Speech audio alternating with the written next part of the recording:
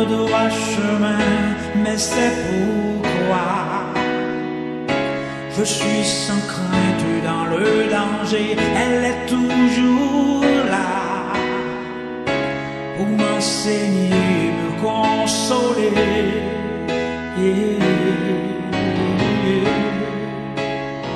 Ta parole est vivante, lumière du monde. Bonjour à tous, bon sabbat. Et c'est pas la première fois que je suis avec vous, j'étais déjà une fois. Si je rappelle bien, ça a été un lundi. Semaine de prière. Qui était là-bas ce jour-là? Ok, c'est pas grave. J'aurais bien aimé parler un peu plus de créole, mais à part de pas de problème, ça c'est tout. Mais en tout cas, je crois qu'on va vraiment réjouir ces journées aujourd'hui avec le Seigneur. Et j'étais invité ce jour-là, que j'étais avec vous, que j'avais parlé de la guerre des étoiles, et par le département de famille. Mais il y a un message que peut-être certains parmi vous ont déjà entendu, parce que j'étais à Pierrefitte, j'étais aussi dans quelques autres églises et j'ai prêché ce message, mais je crois qu'il est trop important, je dis bien trop, pas très, trop important pour être sauté. Et c'est le message que je vous amène aujourd'hui. Le message, le titre c'est « Le message de Dieu pour aujourd'hui ». Et je rappelle quand j'étais jeune, je travaillais, je bossais pour la Croix-Rouge, pour différents ONG, j'étais chauffeur d'ambulance, je fais plusieurs choses, j'étais missionnaire aussi à l'Afrique avec ADRA, parce que je souhaitais toujours aider les autres et soulager la souffrance dans ces mondes. Mais bientôt je me suis rendu compte que la puissance de l'être humain est vraiment limitée. Et nous sommes limités pour soulager la souffrance. Et les jours que je me suis rendu compte que la seule façon de vraiment finir avec la souffrance dans ces mondes était différent, c'est le jour que j'ai décidé de devenir pasteur. C'est le jour que j'ai découvert que la seule chose qui va finir, va mettre fin à la souffrance dans ces mondes, dans chaque foyer, dans chaque famille, dans chaque pays, c'est le retour de Jésus. J'ai dit, il faut que je revienne bientôt. Tout au long de l'histoire, il a eu besoin de communiquer. Nous nous sommes communiqués, nous avons communiqué les choses de différentes façons. A été toujours nécessaire de transmettre des nouvelles importantes d'un endroit à l'autre, le plus vite possible. D'accord ?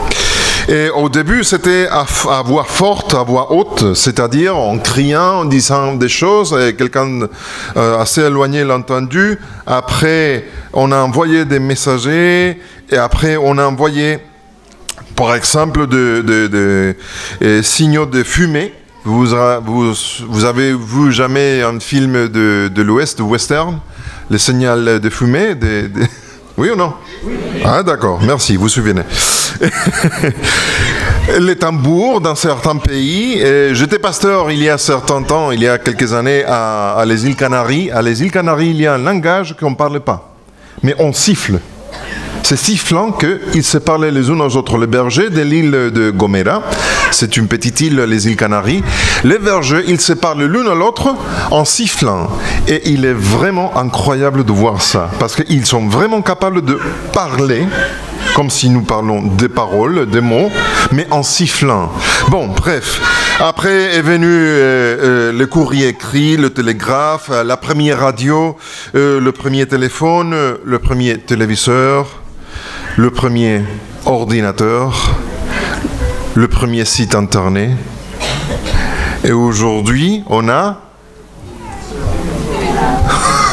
tout dans un seul appareil. On a télé, ciné, vidéo, radio, audio, caméra des photos, internet, la plus ample encyclopédie que vous avez connue, c'est là. Vous avez tout ici. Mais écoutez, le besoin de communiquer est vraiment important. Et on a besoin de communiquer pour transmettre des nouvelles importantes. Grâce à, je rappelle, à Marconi.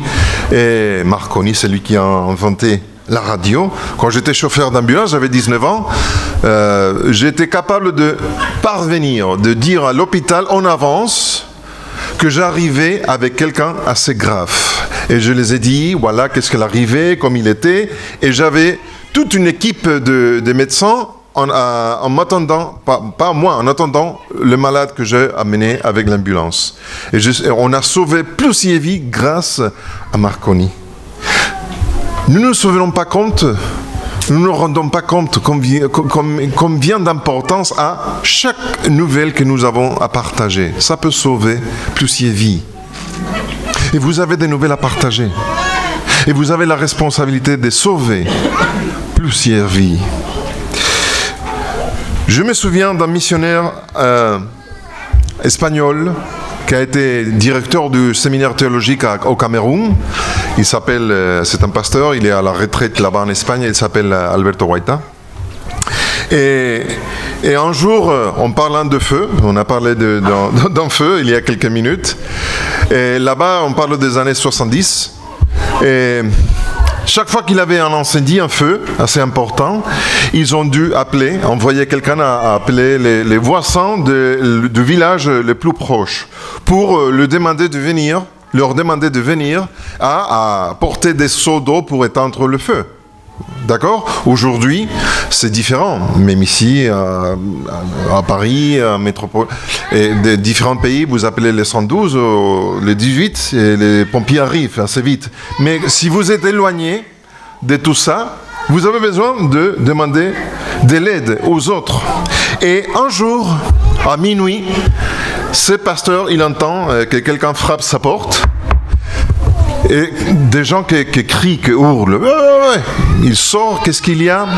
Et un étudiant de l'université théologique de Cameroun, de Nangai Boko, lui dit, pasteur, il y a un feu, il y a un incendie ici à côté. Il a dit, ok, écoute, vas-y à la ville de côté. Et avant qu'il a fini de parler, le jeune homme, il est parti.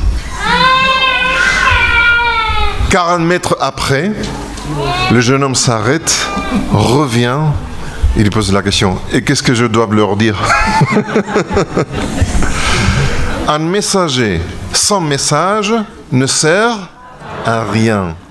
Mais il y a une situation différente. L'envers, si nous avons un message important et il n'y a personne qui puisse le donner, ça ne sert aussi à rien. Avez-vous jamais vécu une situation où vous avez vu quelqu'un en danger? Vous avez essayé de lui dire à cette personne, écoutez bien, vous êtes en danger, mais vous étiez trop long, très éloigné, et vous étiez empêché de dire quelque chose. Avez-vous jamais vécu ça? Qu'est-ce que vous avez ressenti ce jour-là? La frustration. Impuissance. Vous voyez les dangers, vous voyez qu'il y a une personne qu'on peut éviter d'être tué, d'être blessé, mais on ne peut rien faire. On a un message, nous avons un message, mais nous ne sommes pas capables d'envoyer ce message. Je vous dis, comment est-ce que vous pensez que Dieu se sent aujourd'hui? Parce qu'il a un message pour toute l'humanité. Et pas toute l'humanité reçoit ce message. C'est une bonne question. Vous savez, Dieu utilise les êtres humains parce que c'est notre privilège de partager ce message que Dieu a pour l'humanité. C'est un privilège, pas seulement une obligation, mais c'est un privilège. Il y a les anges qui aimeront bien de partager ce message, mais ce n'est pas leur tâche. C'est la nôtre, c'est la vôtre. C'est notre privilège.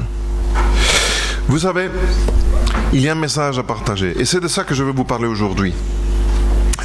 Mais avant de rentrer plus profondément dans ce message, j'aimerais bien étudier un peu un concept, une idée qu'on appelle la vérité présente. Avez-vous jamais entendu la vérité présente?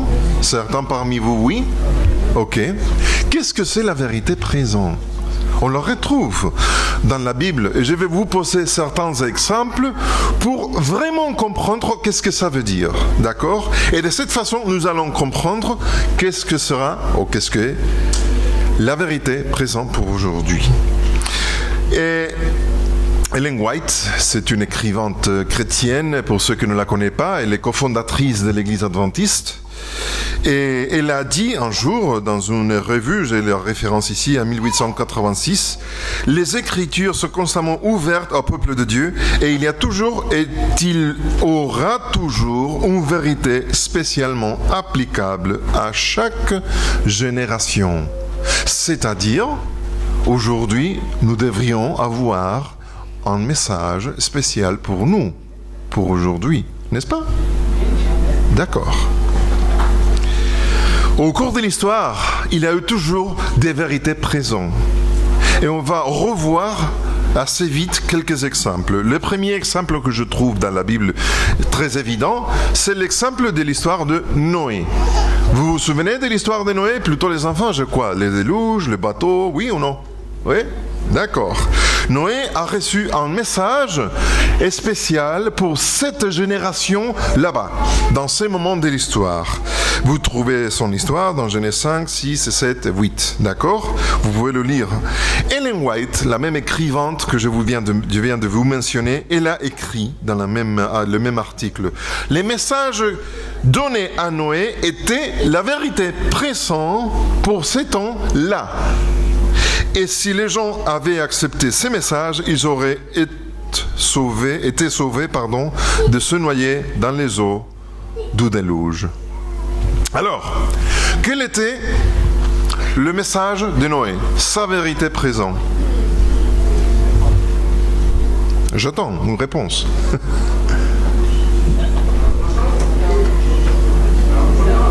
Un déluge. Non, repentez-vous, c'est quelque chose de différent. Parce qu'aujourd'hui, je peux prêcher la repentance. Mais aujourd'hui, je ne peux pas prêcher le déluge. Vous vous souvenez? Vous vous rendez compte? Noé avait un message que seulement lui a pu prêcher de certaines façons, uniquement lui. Il a dit, il y a un déluge qui arrive. Repentez-vous, bien sûr, mais c'est parti et commun à tous les messages de vérité présents. La repentance est présente dans toute l'histoire. Mais il y a une partie que seulement Noé a pu prêcher.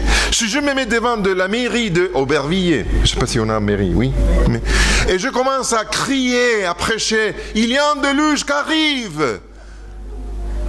Vous savez qu'est-ce qui va m'arriver, n'est-ce pas? Une très belle ambulance avec une très belle chemise, pour moi, spéciale. Vous pourrez me visiter dans l'hôpital psychiatrique. Psychiatrique. D'accord. Alors, le message de Noé était unique pour ces temps-là. Aujourd'hui, on peut prêcher autour de l'histoire de Noé, de tout cet épisode de l'histoire biblique. On peut apprendre des enseignements, on peut apprendre des morales, des choses. Mais je ne pourrai jamais, personne n'a pu prêcher ce message comme Noé l'a fait. Vous êtes d'accord? D'accord. Alors, c'est un exemple très clair d'une vérité présente. C'est un message qu'on peut prêcher que dans un moment de l'histoire. Bon, on continue. Moïse, quelle a été la vérité présente de Moïse? Alors, avant de continuer, c'est pas grave, si vous m'écoutez à moi, ça marche.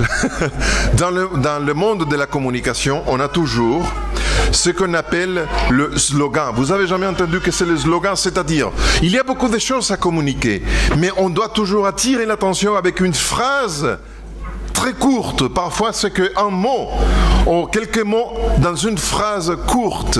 C'est ce qu'on appelle le slogan. Si je dis « I'm loving it », de qu'est-ce que je parle? McDo, d'accord, c'est pas pour faire de la pub. Mais vous voyez, il y a une petite phrase que, clac, ça déclenche quelque chose. Enjoy it. Let's just do it. Just do it, Nike. D'accord? Alors, chaque vérité pressante, on peut la résumer dans une petite phrase. Le slogan de cette vérité pressante. Vous me souvenez? Vous me suivez? Suivez? Oui, pardon. Alors, Moïse, quel était le slogan de Moïse? Quelle était la vérité présente de Moïse? Il va bien aimer le slogan, mon frère. Presque. Laisse aller mon peuple. Yes. Let my people go. Yes, c'est ça. Laisse mon peuple partir. Il a eu beaucoup d'histoires là-bas, mais il y a eu une phrase que Moïse, bon, pas Moïse, Aaron a répété, mais ça a été Moïse qui l'a dit, d'accord, plusieurs fois jusqu'au moment que l'exode a eu lieu, d'accord. Alors, la phrase, le slogan de Moïse a été « Laisse mon peuple partir ». Alors, si je me mets aujourd'hui, je reviens, je sorti de l'hôpital, je reviens à la mairie d'Aubervilliers et je commence à dire les adventistes partir. Ça marche? Non. Pourquoi? C'est pas notre message. On peut prêcher et apprendre beaucoup de choses autour de l'exode, mais pas prêcher le message de l'exode. Vous voyez? D'accord. Alors, c'est un autre exemple d'une vérité présente. Jonas. Assez vite. Jonas. D'ici 40 jours, Ninive sera détruite. Pareillement, j'arrive, je me mets devant la mairie d'Aubervilliers, je dis d'ici 40 jours, Aubervilliers sera détruite. Bon, vous savez où vous pouvez me visiter, j'ai déjà une suite dans cet hôpital, voilà. Jean-Baptiste, aussi pareillement, il avait un message spécial et un slogan. J'irai assez vite. Repentez-vous, bien sûr, parce que c'est commun à tous les messages, car le royaume des cieux est proche. Il y a beaucoup de choses à dire. Aujourd'hui, je ne peux pas prêcher ça parce que Jésus est venu déjà pour la première fois. Et ça a été le message de Jean-Baptiste. Écoutez, combien parmi vous aimez conduire? Conduire la voiture? Oui? Yes. Oui. Alors, utilisez-vous le GPS? Oui. Waze? Oui. Ouais, j'utilise Waze. Grâce à Waze, j'ai trouvé cette église. 2 fois. Alors, chaque fois que vous prenez la voiture, vous mettez l'adresse de où est-ce que vous voulez aller et le GPS commence à vous donner des indications, n'est-ce pas? Et quelles indications vous donne? Vous donne toutes les indications que vous avez besoin tout d'un coup? Comment est-ce qu'il fait? Fur et à mesure que vous arrivez à chaque carrefour, à chaque rond-point, à chaque sortie, alors vous avez besoin d'une information très précise dans ces moments-là de l'histoire, du parcours, du voyage, n'est-ce pas? Alors imaginez-vous que vous voyagez, vous conduisez votre voiture et le GPS vous dit, il y a 3 kilomètres que vous avez dû sortir à gauche. Et tu me le dis maintenant? Ah, tu ressembles à ma femme. Non, plaisante.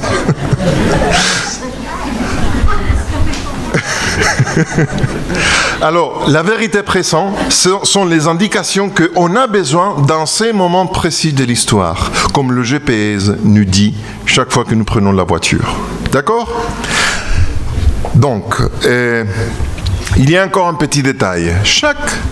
Écoutez bien, prophétie, vérité présente est toujours attachée à une prophétie des temps. Waouh! Qu'est-ce que je viens de dire? Qu'est-ce que je viens de dire? Noé, quelle est la prophétie des temps liée au message de Noé? Trivia.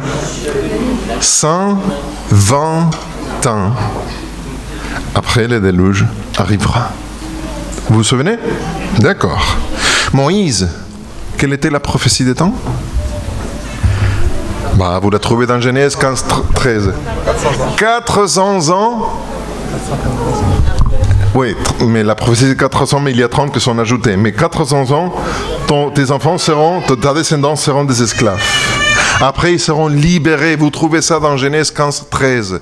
Alors, il y a toujours une prophétie de temps. La même nuit que cette prophétie est arrivée à son accomplissement, ils sont partis de l'Égypte. Jonas, c'est facile. Combien de temps? 40 jours. Plus difficile, Jean-Baptiste. Parce qu'on a entendu que Jean-Baptiste, il a prêché, repentez-vous, car le royaume de Dieu est proche. Mais quelle est la prophétie des temps? Attachée, ligotée, liée, on va dire, à cette prédication. C'est un peu plus difficile, ça. Ça, c'est pour les bonnes notes. Daniel, chapitre 9. 8 et 9. Désolé pour ceux qui ne connaissent pas, vous pouvez vous approcher aux anciens d'église et demander après, c'est ce qu'on appelle la prophétie des 70 semaines. Car au début de la dernière semaine, le ministère de loin, de l'élu, commencera. Et c'est ça que Jean-Baptiste a annoncé, le début du ministère de Jésus. Alors, il y a eu toujours une prophétie des temps. Mais vous savez, il y a eu plusieurs vérités présentes. Il y a plusieurs vérités présentes qu'on retrouve hors de la Bible. Où sont ces vérités présentes? Écoutez bien, je vous pose un exemple. Récemment, l'année dernière, 2017, on a célébré les 500e anniversaire de la réforme protestante. Oui ou non? Vous vous souvenez de ça? Oui. Alors, je sais, parce que Ellen White, la même écrivante que je viens de mentionner il y a quelques minutes, elle a dit que Martin Luther, a eu une vérité présente. Quel a été son slogan? Sa vérité présente? 6 mots. Sola gratia, sola fides et sola scriptura. Seulement la foi, seulement la grâce, seulement la Bible. Ça, c'est tout. Ça a été la vérité présente pour ces moments-là de la Moyen-Âge. Moyen-Âge, oui, j'ai dit bien. Moyen-Âge, merci. Alors, ça a été les moments que Dieu a envoyé quelqu'un avec un message qui a réveillé la réforme protestante. Et nous venons de ça, nous sommes des enfants. L'Église adventiste, c'est l'enfant de ces mouvements. Mais c'est l'avant-garde de la vérité. Mais ça, c'est un autre sujet. On peut discuter un autre jour. D'accord? Vous me suivez? Oui. D'accord. Il y a eu aussi des autres. Vous avez jamais entendu de Wycliffe? Vous avez jamais entendu de Hus? Vous avez jamais entendu de Zwinglio, je crois, je ne sais pas en français. Il y a eu des autres réformateurs, pas seulement que Martin Luther. Et chacun a ajouté un peu plus de lumière à ces vérités que Dieu a montrées à l'humanité. Il y a eu toujours. Mais aujourd'hui, il ressemble que la voix de Dieu est un peu silencieuse, s'éteinte. Ou non? Je vous pose une petite question. Qu'est-ce que nous attendons en tant qu'Église? Voilà, le retour, merci, de Jésus. Suivante question. C'est pour déduire, c'est une déduction. Est-ce que le retour de Jésus, on peut le comparer, par exemple, avec le déluge ou pas?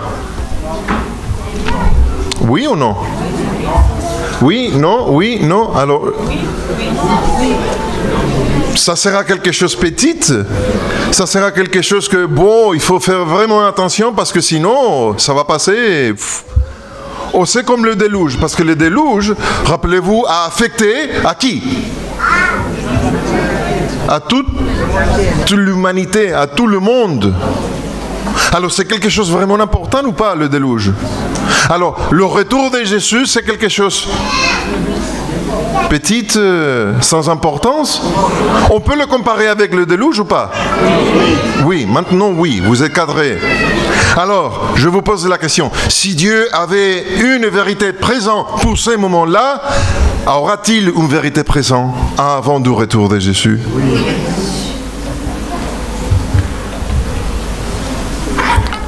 La seconde venue de Jésus, le retour de Jésus, c'est une chose que plusieurs prophètes dans l'Ancien Testament, ils ont vu en vision, ils ont connu que Jésus reviendra par 12e fois. C'est que la Bible appelle le jour, la venue du Fils de l'homme, le jour comme une fournace. Fournace, oui, un four. Fournaise, merci. Fournaise, le jour de Dieu, le jour de la justice, du jugement de Dieu. Dans l'Ancien Testament, vous trouvez ça nommé avec plusieurs différents noms. Mais la plupart des prophètes ont connu cette partie de l'histoire de la fin. Mais ils ont connu ça, mais ils n'ont jamais prêché ça. Je ne sais pas si vous avez jamais noté ce petit détail. Ils ont connu la plupart ces moments de l'histoire, mais ils ont prêché leur vérité présente. Ils se sont focalisés sur leur responsabilité. Dieu les a demandé, il faut que tu prêches ça. Je te montre le parcours et comment est-ce que ça va finir. Mais à toi, je te commande, je te demande, je te prie. Focalise-toi sur ça. C'est à toi de prêcher sur Ninive. C'est à toi de prêcher sur le déluge. C'est à toi de prêcher sur l'Exode. Et les autres ont vous. Mais ils ont que vous seulement. Ils auront bien aimé vivre, être vivant dans ces moments de l'histoire. Mais ça n'a été leur privilège. Ça n'a pas été leur privilège. C'est notre privilège d'être vivant dans ces moments de l'histoire. Les autres ont vu ça. Ils auront bien aimé être vivants là, bas, ici, maintenant. Mais ça n'a été pas leur destin. C'est le nôtre. Aura Dieu un message pour aujourd'hui? Vous savez, il y a une seule condition, je ne sais pas combien de temps, je me reste 10 minutes 15? Ok. Il y a une seule condition pour voir à Jésus revenir sur les nuées. Maintenant, j'ai la tentation de poser des questions. Et les gens commencent à dire, c'est la loi dominicale, merci. C'est la loi dominicale. Vous avez jamais entendu ça? C'est la seule condition. C'est, je sais pas, le groupe Bilderberg que va faire je sais pas quoi. C'est les Illuminati. C'est si Donald Trump, j'ai entendu que si Obama devient président des États-Unis, ça sera la fin. Bon, il est venu, il est parti.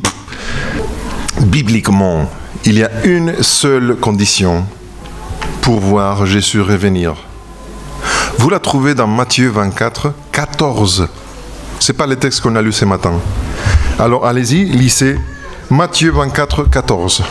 J'attends que quelqu'un puisse le lire en voix haute. N'ayez honte, allez-y. Cette bonne nouvelle du royaume sera prêchée dans le monde. Cette bonne nouvelle du royaume sera prêchée dans le monde entier pour servir de témoignage à toutes les nations. Alors viendra la fin. Vous avez bien entendu. Le mot-clé, c'est alors. Alors. Car la fin ne viendra que après quoi? La prédication de l'évangile. Écoutez bien. La seule condition pour voir Jésus revenir, pour nous chercher, c'est que chaque membre d'église se met au boulot à prêcher l'évangile. Nous sommes toujours en attente. Nous investissons des heures des jours, on fait des calculs, des choses, et en attendant qui sera le prochain pape, on a 2 maintenant, tu verras. Et qui sera le prochain président des États-Unis? Où est-ce que la loi dominicale va sortir, ici, là-bas, l'année prochaine? Non. Écoutez, rien de tout ça. Ce sont des symptômes, mais pas la cause. Je ne sais pas si vous comprenez qu'est-ce que je veux dire.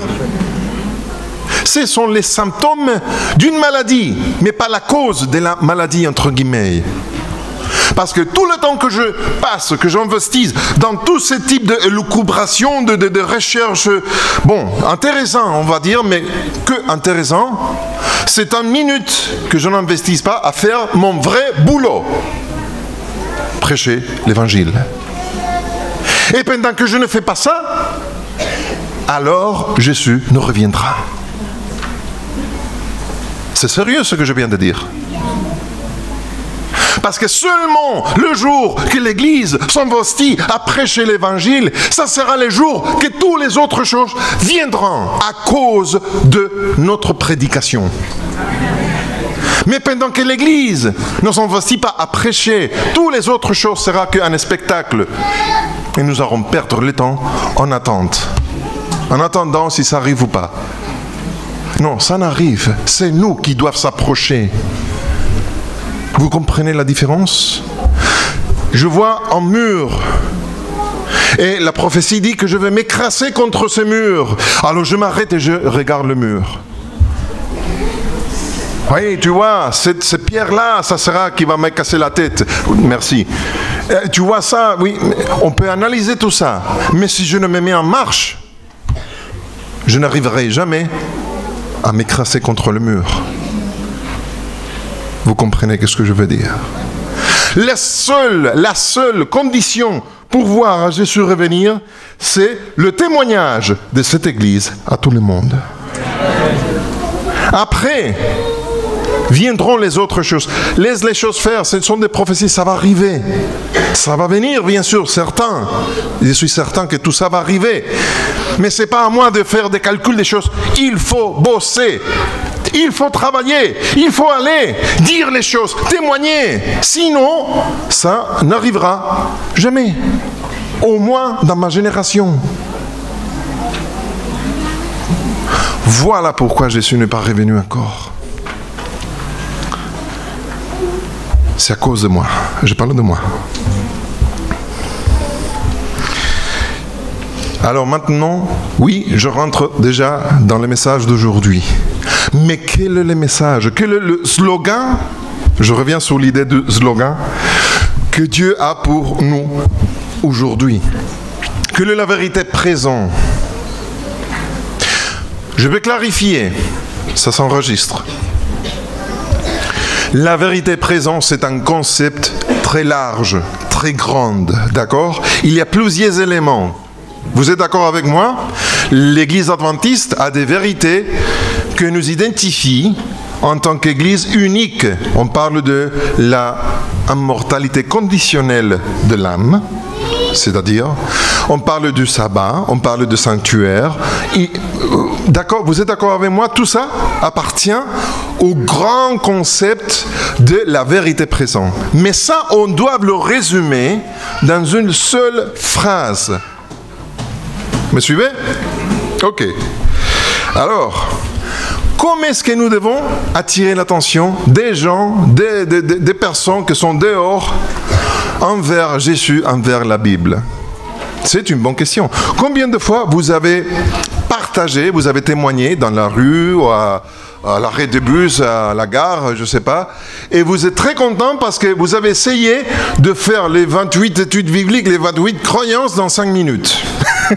Et la personne vous a dit « Merci, j'en ai marre ».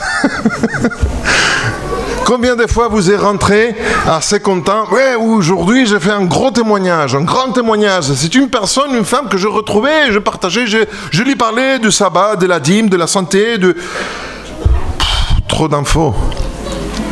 Mais vous reste quelques petits sentiments de « il y a quelque chose que j'ai raté ».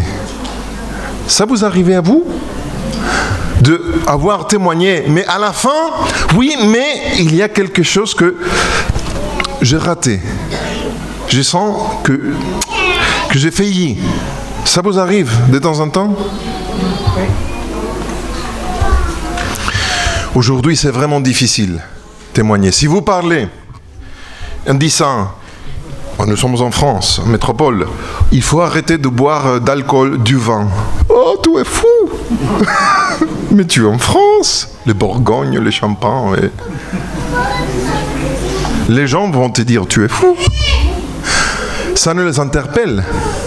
Si on commence à leur dire, il faut garder le sabbat, oui, ça fait partie de la vérité présente, mais tu dis ça, et il dit, mais tu es fou. Je vais perdre mon boulot avec la crise. Crise. Bon, crise, oui. Tu es malade. Ça n'attire pas l'attention, les gens. Alors, qu'est-ce que nous ratons? Il y a quelque chose. Écoutez bien. Le slogan n'est pas ni le sabbat, ni le végétarianisme, ni le végétalianisme, ni la dîme, ni... Parce que les gens, ça ne les préoccupe pas. Ça fait partie de la vérité présente. Laisse-moi continuer. Ellen White, je reviens sur la même écrivante.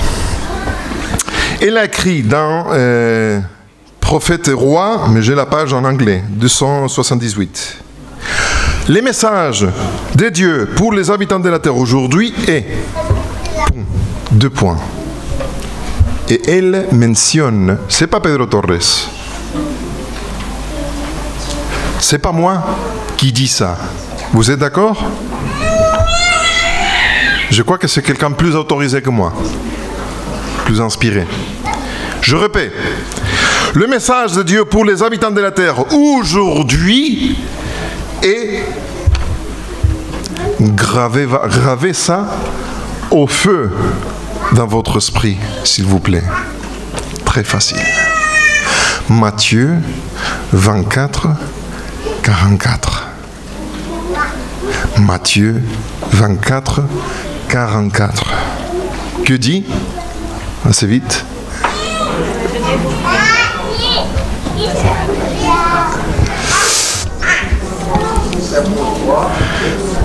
C'est pour moi. Car le Fils de l'homme viendra à l'heure.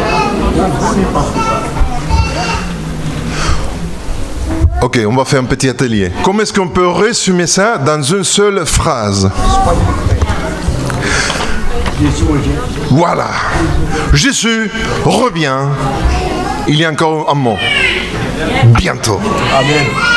Jésus revient bientôt. Écoutez, j'ai beaucoup de choses à lire ici, mais le temps a déjà coulé. C'est sérieux. Allez-y sur Internet. Cherchez l'horloge de la fin du monde. Cherchez ça. Cette horloge existe depuis les années 1950, après la crise entre Cuba et aux États-Unis.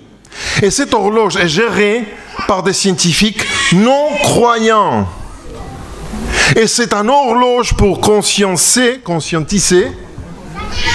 l'humanité que nous sommes vraiment proches de la fin du monde. Et ce sont de non-croyants qui disent ça, qui gèrent ça. L'humanité est convaincue que le monde s'enfonce, le monde coule. On parle aujourd'hui du changement du climat. Tout le monde est convaincu, des croyants, des non-croyants, des athéistes, et n'importe quoi. Tout le monde est convaincu que ça va finir.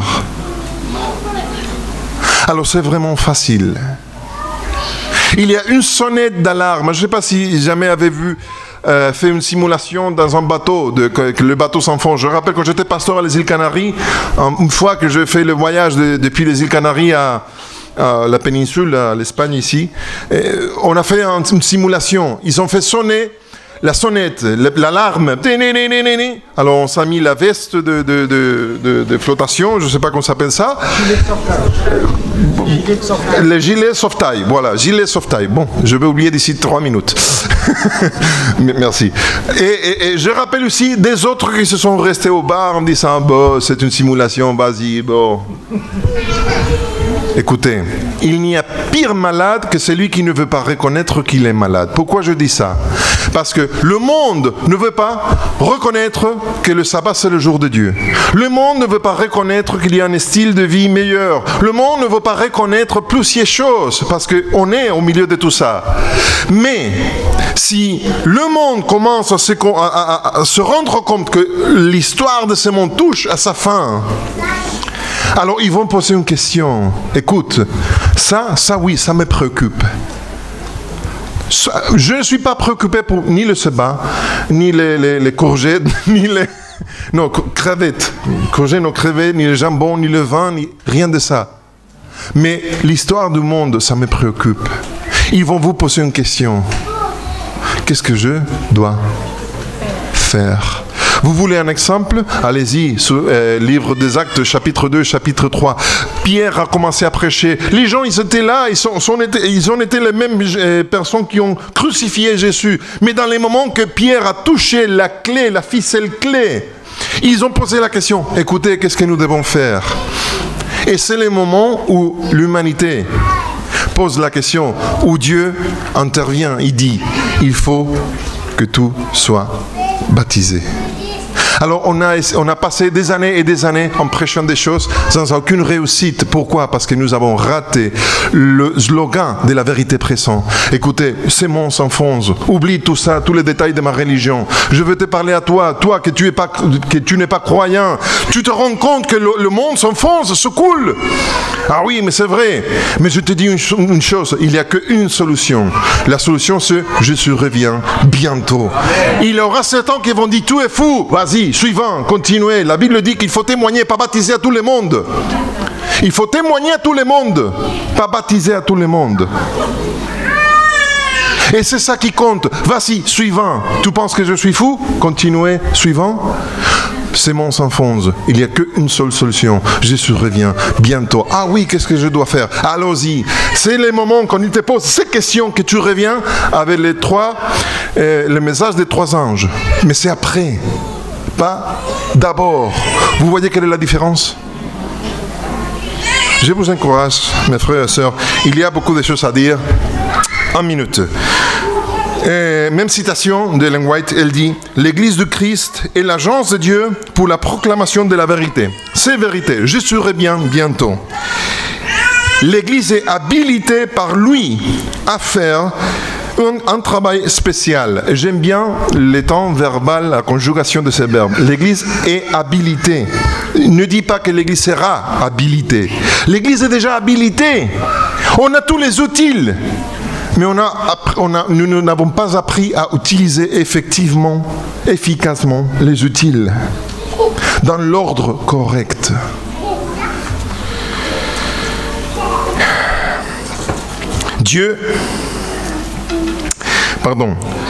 Si l'Église est fidèle à Dieu, obéissant à ses commandements, il habitera en elle l'excellence du pouvoir divin. Si l'Église sera fidèle à son allégeance, il n'y a pas de pouvoir qui peut s'opposer à l'Église.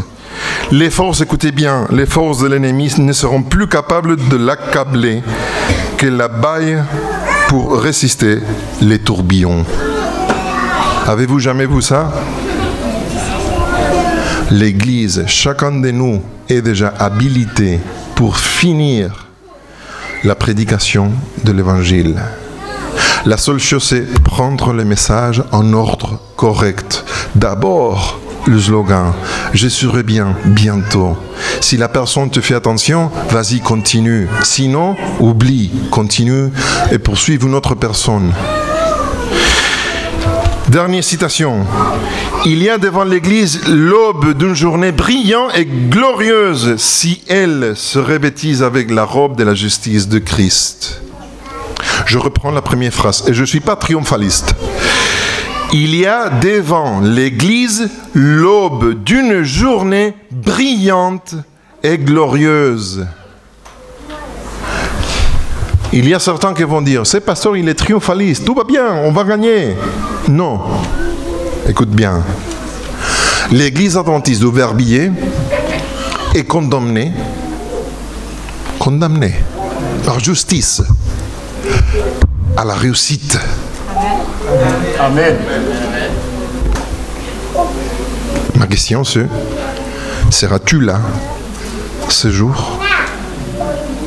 L'Église adventiste d'Aubervilliers est condamnée, obligée à la réussite. Yes, sir. Avec toi, ou Ou sans toi. sans toi. Au pire encore, avec toi, ou malgré toi. L'Église va réussir. Le retour de Jésus aura lieu, c'est certain. La question est, seras-tu une partie de ceux qui attendent Jésus, de ceux qui prêchent pour voir Jésus revenir ou pas? Ça, c'est la question que j'aimerais bien que chacun puisse réfléchir. Que Dieu vous bénisse, mes frères et sœurs. C'est pourquoi vous aussi, tenez-vous prêts, car le Fils de l'homme viendra à l'heure où vous n'y pensez pas. Amen. Amen.